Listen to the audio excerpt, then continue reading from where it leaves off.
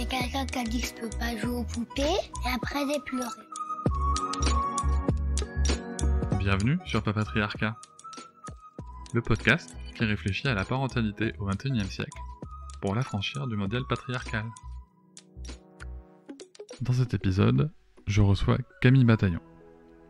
Camille est sexologue, et l'idée c'était de s'entretenir avec elle pour parler de parentalité et de sexualité. Comment se passe la reprise des rapports? Comment pouvons-nous vivre notre intimité, notre sexualité? Qu'est-ce que le clitoris? Comment parler de sexualité dans le couple? Nous allons essayer de balayer tous ces sujets, et si vous avez des questions qui vous viennent, je vous invite à les noter, car nous organiserons un nouvel épisode questions-réponses avec Camille. Ma première question, c'était avant tout de savoir à qui on parle, et donc de savoir c'est quoi être sexologue. Je vous souhaite une bonne écoute. Alors, sexologue, c'est une professionnelle qui s'intéresse à la vie intime, relationnelle, affective, sexuelle des personnes. Donc, on les accompagne vers ce cheminement-là pour les personnes qui ont des troubles sexuels, pour les personnes qui ont une curiosité, qui veulent en apprendre plus, comment aller mieux, que faire, curiosité, comment apprendre, comment découvrir mon corps, comment être mieux dans la communication avec ma partenaire. Et donc, c'est les accompagner sur ce cheminement-là. Ça fait quand même un grand champ d'investigation et de travail. Et c'est extrêmement intéressant. Je vais essayer de me concentrer un peu sur une partie de la population, puisque c'est beaucoup de parents et de papa et de maman qui nous écoutent. Déjà, est-ce que tu as des gens qui viennent te voir suite à leur parentalité, aux modifications que ça a pu apporter dans leur vie de couple, dans leur dynamique de vie sexuelle? Comment ça se passe un petit peu généralement, ces moments-là pour les parents? Oui, alors ça arrive effectivement, ça peut se passer au moment de la grossesse. Souvent, ce que je vois, c'est plutôt après, après une naissance. Bah oui. Quelques mois, plusieurs mois après une naissance. Ça va pas être tout de suite, dès les premiers mois.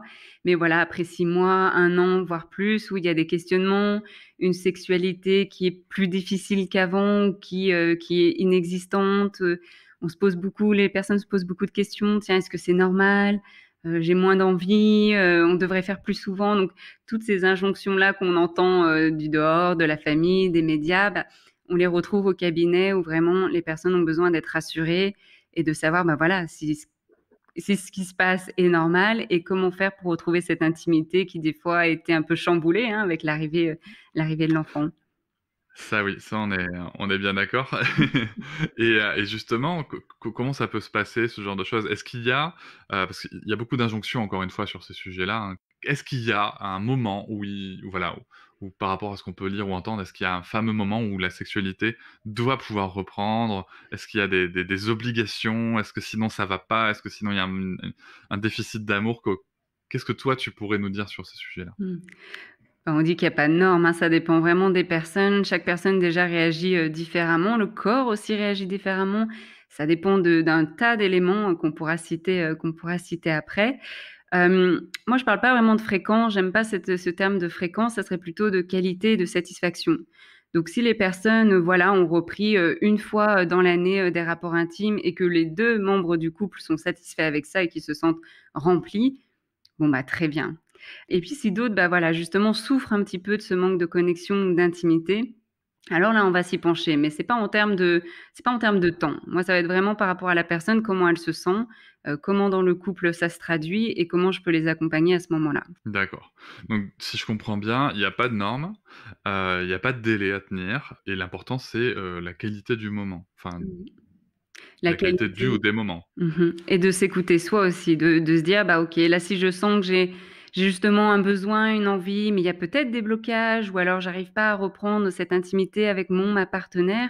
Je sens que j'ai besoin d'aide. Souvent, les gens, de toute façon, vont le sentir, vont se dire: «OK, je me pose des questions, je me sens perdue, j'ai besoin de quelqu'un pour m'accompagner». Eh bien, c'est le bon moment alors pour faire appel. Pour faire appel donc à un ou une sexologue et Exactement. et se faire accompagner et qu'est-ce qu'on peut retrouver? Parce que souvent j'ai l'impression que les gens, se disent que déjà, de toute façon l'intimité, ça se vit forcément à 2. Ouais, alors souvent déjà je repars de la personne, donc je me concentre déjà sur la personne en tant qu'individu, Mmh mh. c'est-à-dire quel est votre rapport, votre relation déjà à votre corps, Alors là, si on s'adresse à la personne qui a accouché, bah, voilà, quelle est votre relation à votre corps, bah, post-accouchement, hein? Il y a déjà tout ce travail-là. Et puis, bah, voilà, quel est votre rapport à votre sexualité, à votre intimité? Est-ce que, par exemple, il y a une pratique masturbatoire? Alors pas dans le sens où c'est obligé de se masturber, il faut se masturber. Je l'entendais encore ce matin, une personne qui me disait: «Mais tout le monde me disait: "Mais c'est pas normal, tu te masturbes pas"» et donc je me suis masturbée, mais j'en avais pas envie. Eh ben, il faut s'écouter aussi. Moi, je pose cette question juste pour savoir, voilà, où la personne se situe et vraiment, bah, ce rapport à soi, prendre du temps pour soi, de qualité, se connecter à soi. Et puis ensuite, une fois que ça, c'est déjà fait et mis en place, alors on peut s'intéresser du coup à la relation et comment ça se passe, comment créer des moments de qualité, hein, plus que quantité, mais vraiment qualité. Qu'est-ce que le couple a envie de mettre en place aussi? Et ça, bah, on pourra en reparler aussi, plus tard sur, bah, est-ce qu'il y a vraiment que la pénétration qui est possible dans la sexualité? Donc ça va vraiment être ça. D'abord, on va se concentrer sur la personne en tant qu'individu et puis ensuite, les personnes qui sont en couple, bah, alors comment faire couple et nouveau couple aussi, un couple qui a évolué, post-accouchement. Au final, le 1er sujet, ça va être la personne en elle-même et son rapport à son propre corps, c'est ça? Oui. Et à son propre désir, à sa propre, énergie. Et je t'avais, lu et entendu parler, d'énergie sexuelle et pour le coup de tensions qui peuvent s'installer. Est-ce que tu peux juste développer un petit peu cette partie-là? Oui, bah, c'est surtout quand je parle de la personne elle-même, c'est des fois, voilà, c'est de vraiment décortiquer en fait qu'est-ce qu'elle veut au fond? Quel est son désir à cette personne-là? Parce que souvent on peut se dire: «Oui, j'ai envie de sexe», mais en fait c'est parce que j'ai pas fait l'amour depuis, 5 mois et en fait mon compagnon, ma compagne, je sens cette pression. Alors qu'au fond la personne elle-même, au fond, n'avait pas forcément envie ou elle a envie, j'écoute ce désir-là, mais elle a plein de blocages. Donc c'est l'accompagner par rapport à ça. Et donc c'est de hem d'aller au fond, en fait, vraiment une introspection pour aller toucher cette énergie sexuelle, pour aller toucher ce qui s'y cache, mais aussi du coup pour découvrir certains blocages, certaines tensions sexuelles, beaucoup de peurs aussi qui sont associées. Donc de pouvoir décortiquer tout ça, toutes ces tensions, tous ces blocages, pour vraiment, dès qu'on a enlevé toutes ces couches-là, hop, on peut vraiment atteindre, OK, le cœur du désir. Toi, qu'est-ce que tu souhaites? Toi seul, là, maintenant, qu'est-ce que tu souhaites? Et c'est top ça. Et après dans le cadre d'un couple, Heu, ensuite tu fais quoi? C'est chacun se concentre d'abord sur son individualité, sur son désir individuel et ensuite on cherche les points de connexion? Exactement, ouais. Alors souvent quand c'est en couple, donc je les vois une première fois, bah, en couple, mais ensuite j'aime beaucoup les voir en individuel puisqu'on va pouvoir se pencher vraiment sur la personne et décortiquer tout ce que j'ai expliqué, précédemment. Et puis ensuite quand on revient en couple, bah, OK, maintenant qu'on a décortiqué chacun des 2 côtés, comment on peut regrouper tout ça dans le couple? Qu'est-ce qui est important pour vous? Qu'est-ce que vous souhaitez? Quel compromis on peut mettre en place? Parce qu'on se rend compte, hein, c'est jamais, vraiment, il y a toujours des disparités, que ce soit dans le désir, dans les envies. Donc comment on peut se retrouver, comment le couple peut se retrouver sur des points communs, des valeurs communes, des priorités aussi. Parce qu'il y a souvent aussi, la question de la priorité.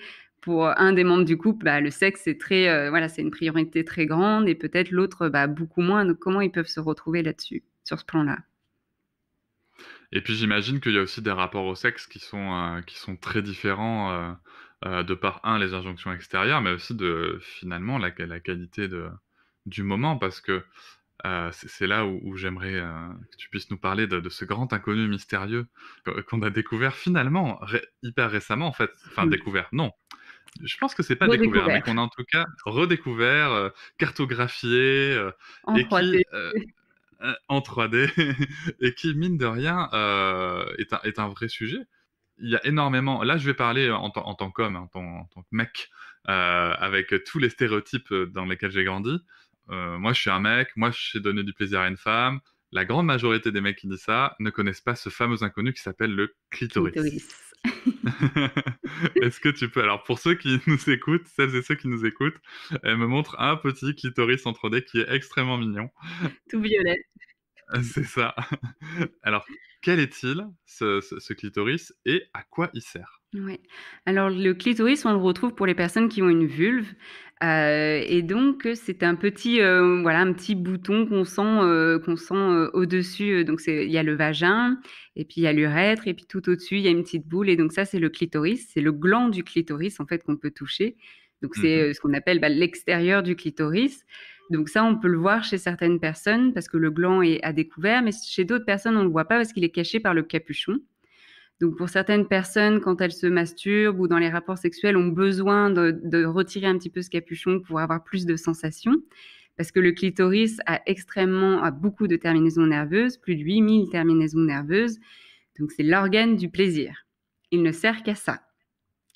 Et donc il y a ce gland du clitoris qu'on peut toucher, qu'on peut voir chez certaines personnes, mais il y a tout l'intérieur aussi et c'est ça la grande découverte, c'est que le clitoris est vraiment avec des branches, 2 branches, 2 branches sur le côté et des bulbes aussi et c'est ce qui recouvre aussi, c'est ce qui est sous les petites lèvres, en fait et c'est pour ça que c'est très sensible aussi quand on masse aussi les petites lèvres, les grandes lèvres, le capuchon, il y a une sensorialité, il y a des sensations, et donc voilà, quand on le touche, quand on le masturbe, que ce soit indirectement, donc via des positions sexuelles, des fois, voilà, si le clitoris est stimulé par les frottements aussi du corps de l'autre personne, ça vient agrémenter de plaisir. Et puis on peut le stimuler aussi directement, en le touchant directement avec sa main, avec une langue, avec un sextoys, avec des objets, etc. Ça en fait des choses à faire avec un clitoris finalement. On peut, l'imagination est infinie, hein. Attends, et donc c'est un organe qui est uniquement dédié au plaisir. Alors, je m'autorise à penser que la nature étant bien faite, ça doit entraîner une lubrification qui doit favoriser ensuite un rapport au sens reproductif du terme. Oui, dès qu'il y a de excitabilité, il peut y avoir effectivement, la lubrification vaginale qui peut être aussi, hein, des fois, tout dépend, enfin, c'est pas forcément on peut lubrifier, mais ne pas avoir envie, de rapport, sexuel, comme on peut avoir Mhm. très envie de rapport sexuel et ne pas lubrifier. Ça, c'est important aussi de le mentionner. Eh ben écoute, je le savais pas, tu vois, donc c'est chouette. Et non, mais c'est super intéressant parce que finalement, quand je t'entends, déjà j'entends plusieurs choses depuis le début. C'est que il y a vraiment une sexualité par personne et en plus ça peut évoluer, quoi. Ça évolue, oui, effectivement, ça évolue Ouais. et là, par rapport au clitoris, je pensais parce qu'hier, j'écrivais un article justement par rapport à la ménopause et donc je faisais mes recherches et je lisais aussi que le clitoris, en fait donc à la ménopause, il y a plein de changements. C'est un changement physiologique naturel. Donc voilà, les organes sexuels changent, hein. En fait, dans notre corps vieillit, il évolue, mais aussi nos organes génitaux et ça, on y pense peu et mais le clitoris ne change pas. Donc Ah ouais? c'est-à-dire qu'il oui, de ce que j'ai lu, il ne change pas, il reste le même, donc il peut apporter tout autant de plaisir aussi. Donc ça, c'est important aussi, je pense, à transmettre pour les personnes ménopausées. Le clitoris, il est là et c'est votre allié, il reste votre allié, en fait, tout du long de votre vie, que ce soit pour l'accouchement, il reste votre allié, que ce soit pour des pratiques masturbatoires, que ce soit pour, une relation sexuelle avec, des partenaires, que ce soit dans votre ménopause, enfin voilà, c'est vraiment un allié et que ce soit aussi pour les crampes menstruelles.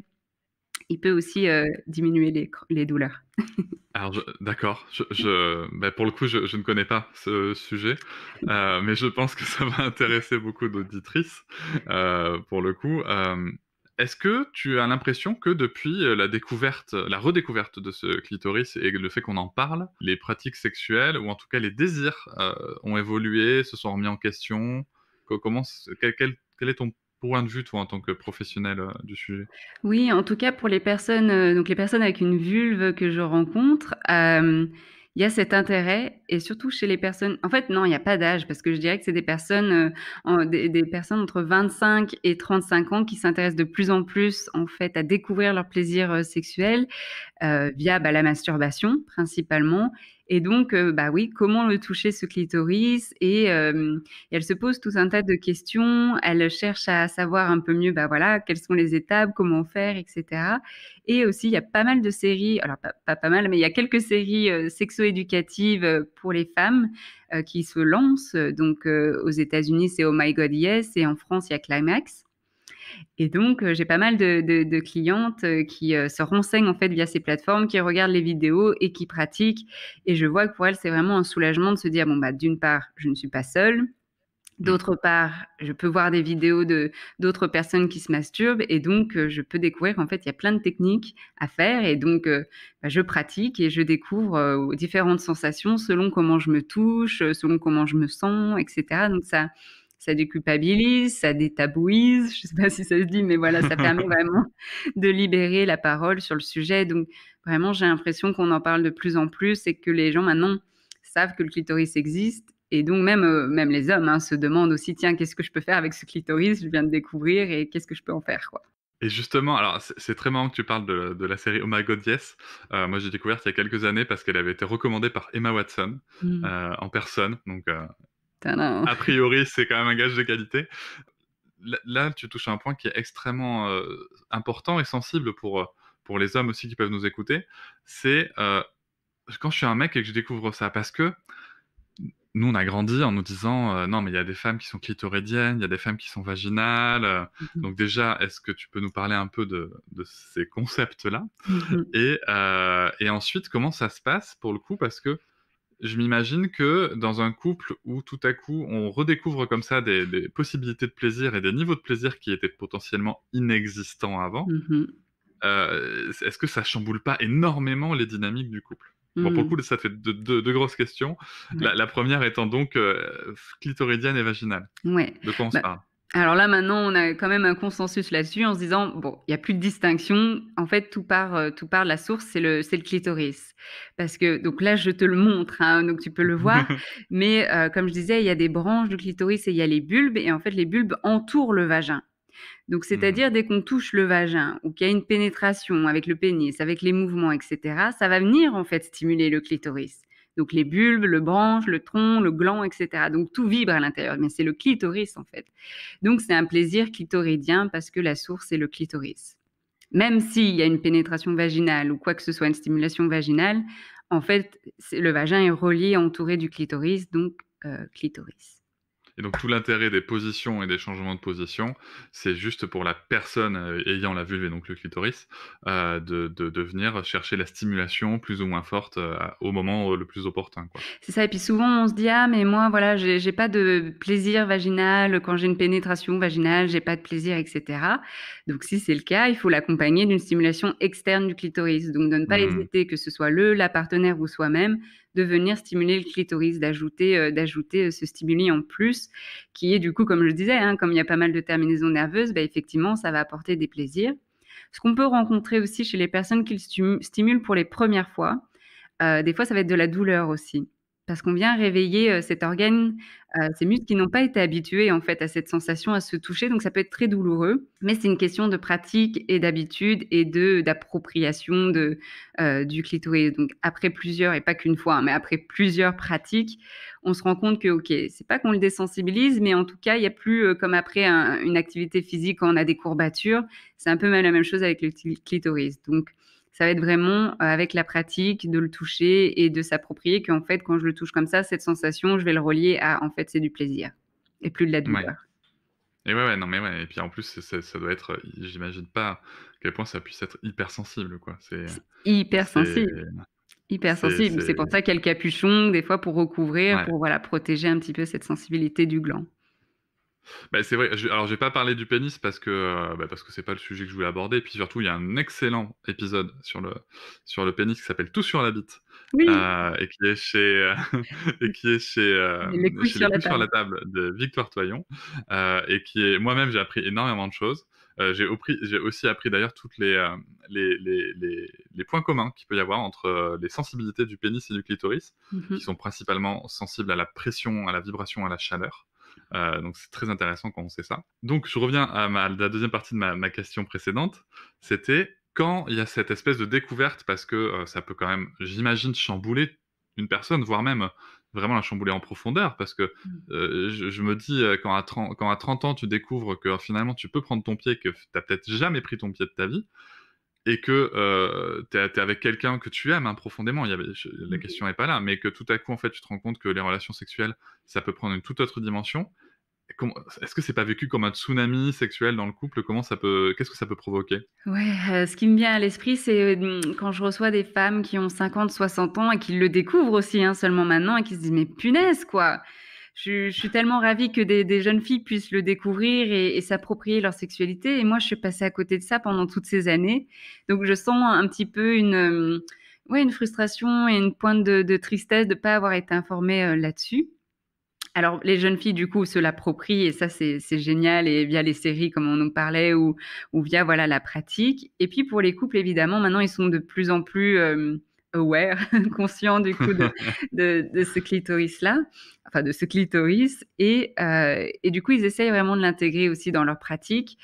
Ce que je rencontre principalement, c'est surtout, bah, maintenant les femmes qui se disent: «Moi, voilà, je me touche le clitoris quand je me masturbe». J'utilise moins de pénétration vaginale parce qu'il y avait aussi toute une injonction, hein, je ne sais pas si c'est encore très présent maintenant, mais pour se masturber en tant que femme, quand on a une vulve, c'était vraiment, fallait faire une pénétration vaginale. C'était ça, en fait, la Ah ouais. masturbation et je pense, c'est mon hypothèse, que beaucoup de personnes ne se masturbaient pas parce que ça leur apportait pas grand-chose et ça se Mmh. comprend, du coup, maintenant puisque, il faut accompagner. En fait, c'est vraiment le clitoris qui va apporter aussi des sensations. Donc, pour celles qui ne ressentent rien quand c'est seulement une pénétration, comme je disais vaginale, bah, alors l'accompagner avec le clitoris et donc bref, donc ces personnes-là maintenant, le touchent et se permettent aussi, de le toucher pendant les rapports, intimes. Donc soit Mmh. des fois c'est la partenaire qui va le toucher, plus souvent c'est ça, et pour les personnes pour qui, il y a pas cette, parce que souvent il y a cette, qu'est-ce qu'il va penser si je me touche le clitoris? Il va croire qu'il n'est pas suffisant. Donc pour les personnes qui n'osent Ah! pas se toucher pendant les relations sexuelles, c'est souvent par rapport à ça. Cette crainte que qu'est-ce que l'autre va penser si je me touche? Est-ce qu'il est suffisant? C'est super intéressant. C'est super intéressant parce que, bah, il y a plusieurs choses qui se rejoignent. Donc là, on rentre dans une petite phase de réflexion en direct comme Oui. j'aime bien.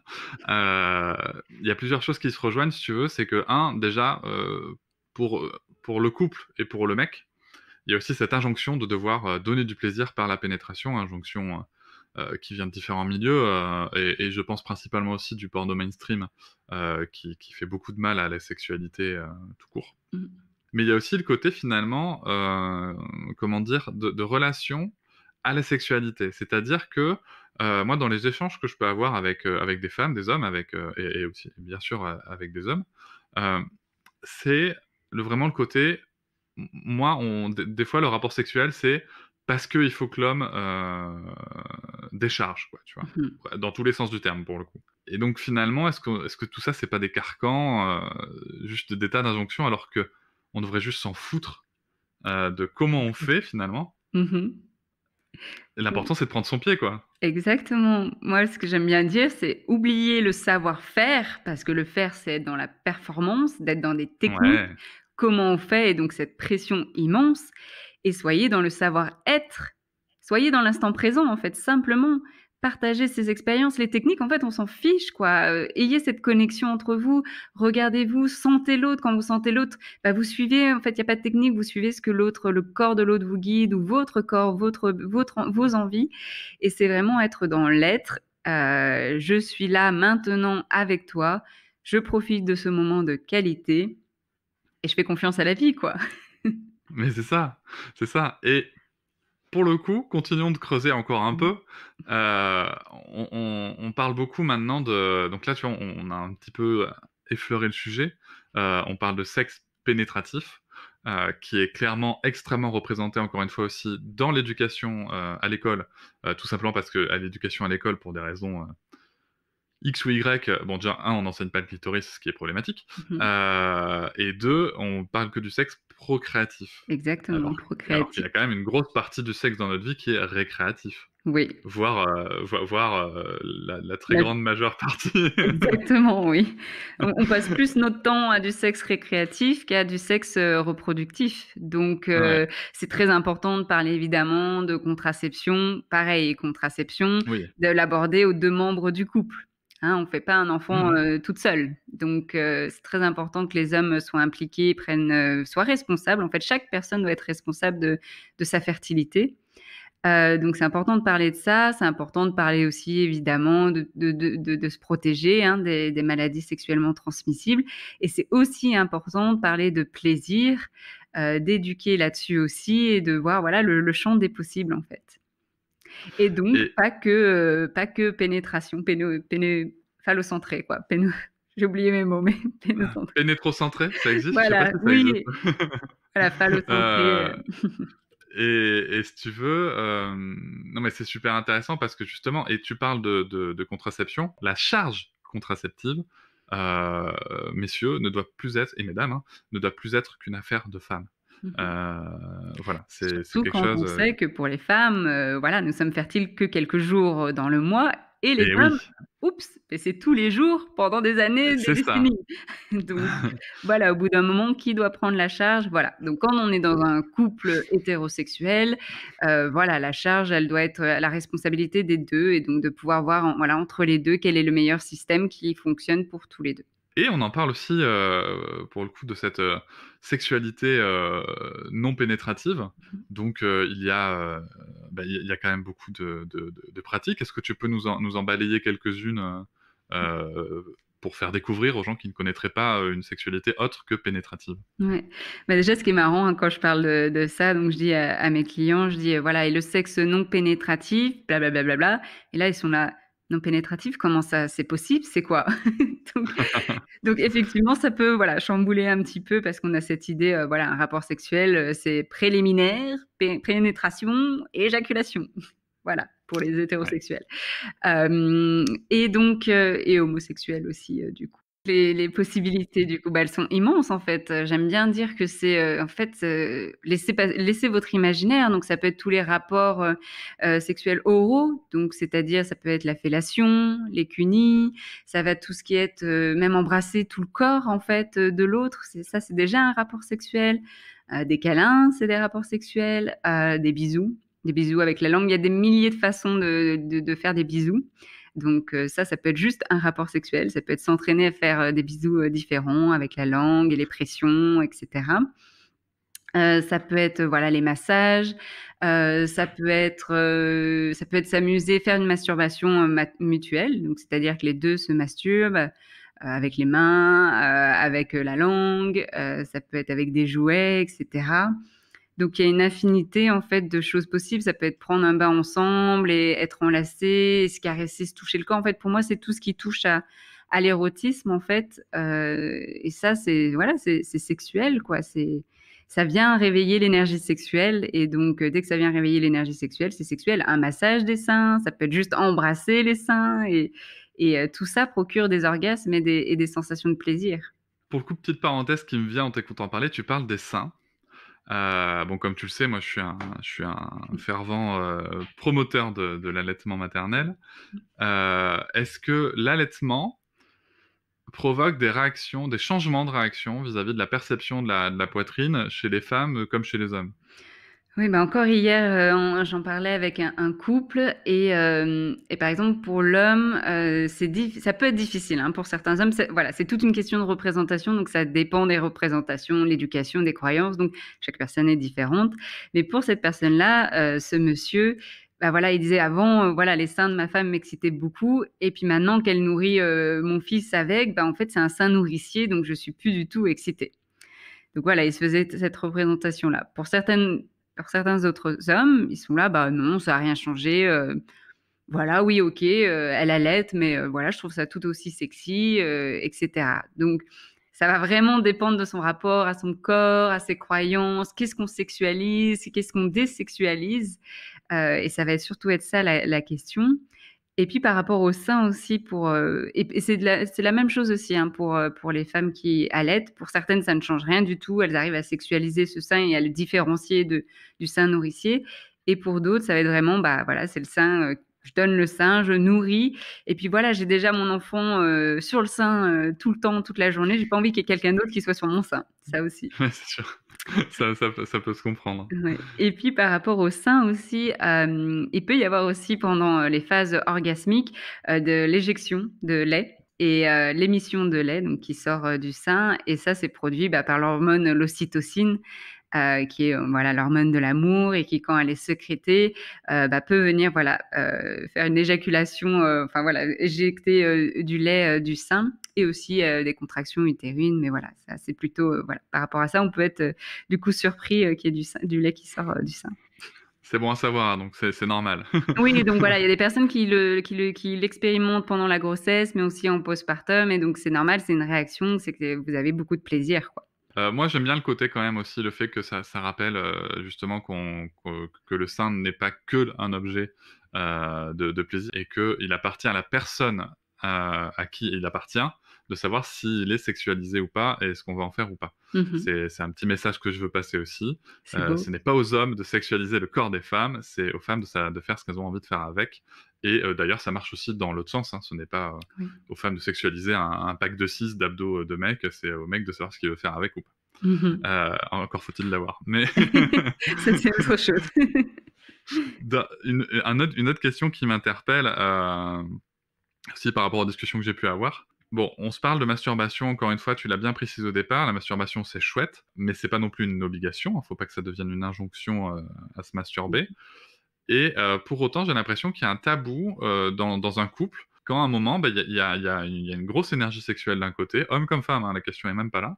Ou là, je parle de manière hétéronormée, mais Mmh. ça marche aussi dans les autres configurations. Il y a beaucoup d'énergie sexuelle d'un côté et bien, à un moment, faut que ça relâche, mais l'autre c'est pas son moment. Mmh. Heu, Souvent, j'entends de la culpabilité de la part de l'autre ou de la culpabilisation venant de la personne qui déborde un peu, alors que finalement, est-ce que finalement on s'en fout pas? Le plaisir est aussi propre à chacun, tu vois? Comment ça se passe? Tu Oui. as des retours comme ça dans tes consultes? Oui, bah, encore, ce matin, en fait, j'avais, ce retour-là d'une personne en postpartum, donc voilà, qui avait accouché il y a à peu près 20 mois et du coup, voilà, difficulté à revenir dans des rapports intimes avec, le partenaire et le partenaire, bah, voilà, qui lui disait: «Bah, moi, écoute», il pressait pas et cetera, donc il disait: «Bah, voilà, moi, du coup, je m'occupe de moi», ce qui est très chouette, et Mmh. donc je me masturbe.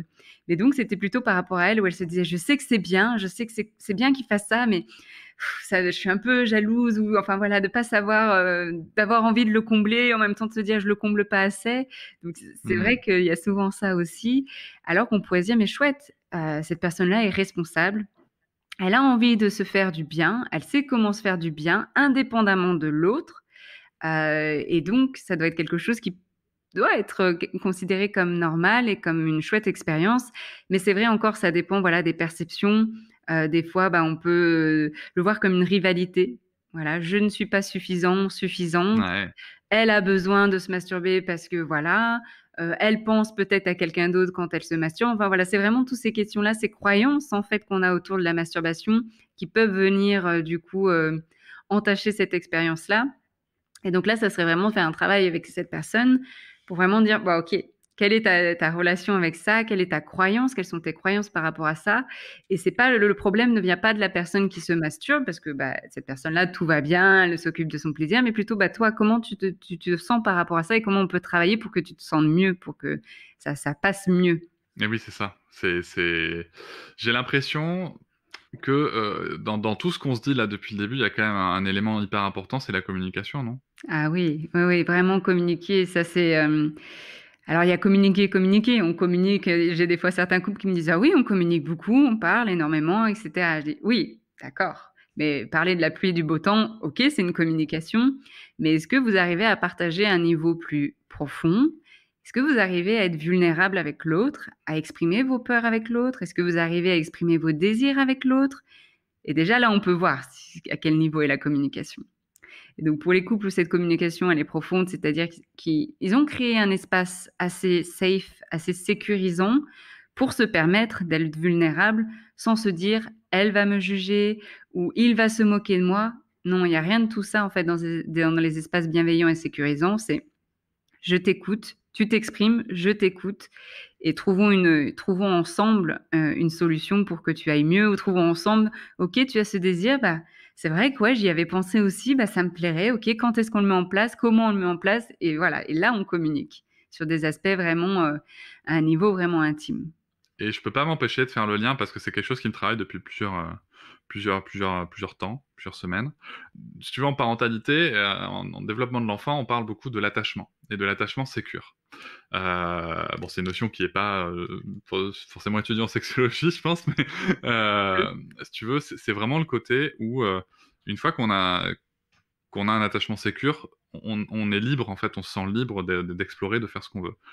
Et force est de constater, en tout cas à mon point de vue, que quand on construit une relation amoureuse avec quelqu'un, avec un engagement, quand on choisit de s'engager comme ça avec quelqu'un, on construit un lien d'attachement.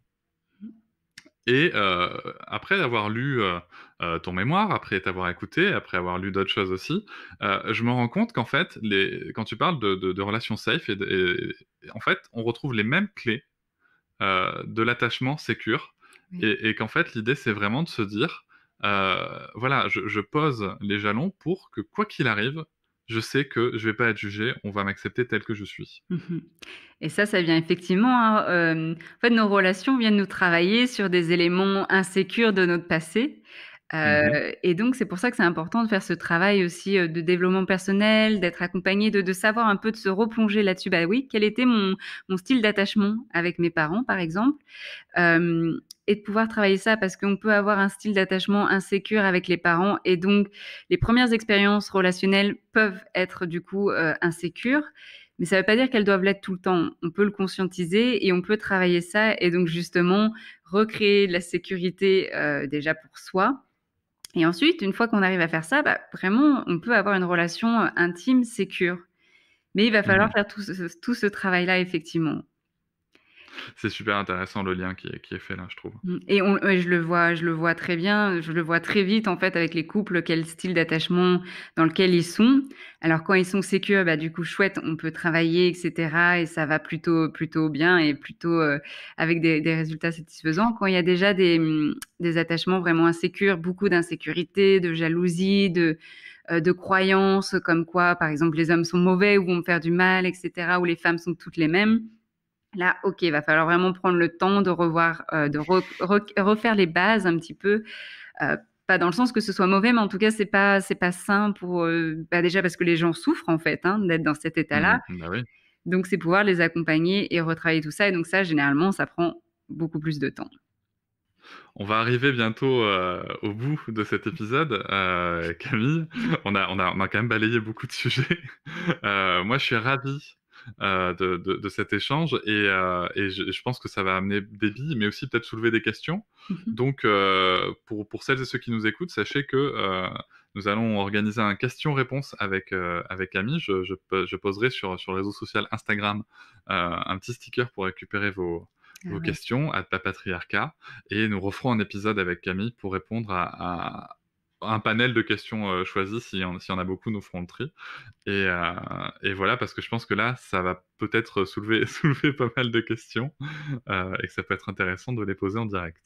Mmh. Bah, ouais, parce que là, on a élargi, on a débroussaillé, on va dire. On a fait, la base de ce que j'aime, enseigner, et partager, dans les consultations sexologiques et après évidemment, il faut toujours des questions plus précises, plus spécifiques où là, on peut vraiment, accompagner. Sachant que voilà, après ça dépend de chaque expérience et c'est vraiment, pour des réponses personnalisées, il faut vraiment aussi connaître l'histoire de la personne donc ça va être intéressant, ouais, j'ai hâte de savoir un petit peu les questions plus spécifiques, des personnes. Mmh. Bon, ben, vous savez ce qu'il reste à faire. À bientôt pour les questions. Merci beaucoup, Camille. Merci beaucoup Cédric, merci. À très vite. À très vite. Salut. Je vous remercie de m'avoir écouté. Je vous invite à vous abonner, et nous pouvons aussi nous retrouver sur Facebook, Instagram et sur le blog papatriarca.fr. À bientôt.